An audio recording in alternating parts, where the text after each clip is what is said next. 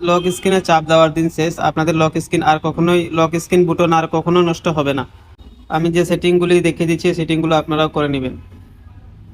পেজটিকে ফলো দিয়ে রাখবেন, পরবর্তীতে আপনার অনেক কাজে লাগবে।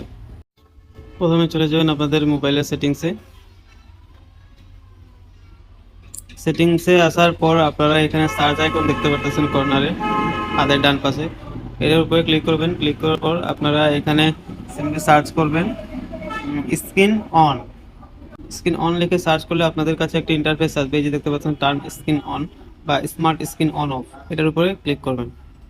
ক্লিক করার পর আপনারা এই যে এখানে দুইটি অপশন দেখতে পাচ্ছেন, দুইটি অপশন আপনাদের ক্ষেত্রে যদি অফ থাকে তাহলে আপনারা এই দুইটি অপশন অন করে দিবেন। ডাবল ট্যাপ টু ব্যাক, 2 নাম্বারটি, এটা অন করে দিবেন। আর double tap to turn off, এটা অন করে দিবেন। অন করার পর আপনারা চলে যাবেন স্ক্রিনে যাওয়ার পর আপনারা ডবল ট্যাপ করবেন, স্ক্রিন লক হবে। আবার ডবল ট্যাপ করবেন,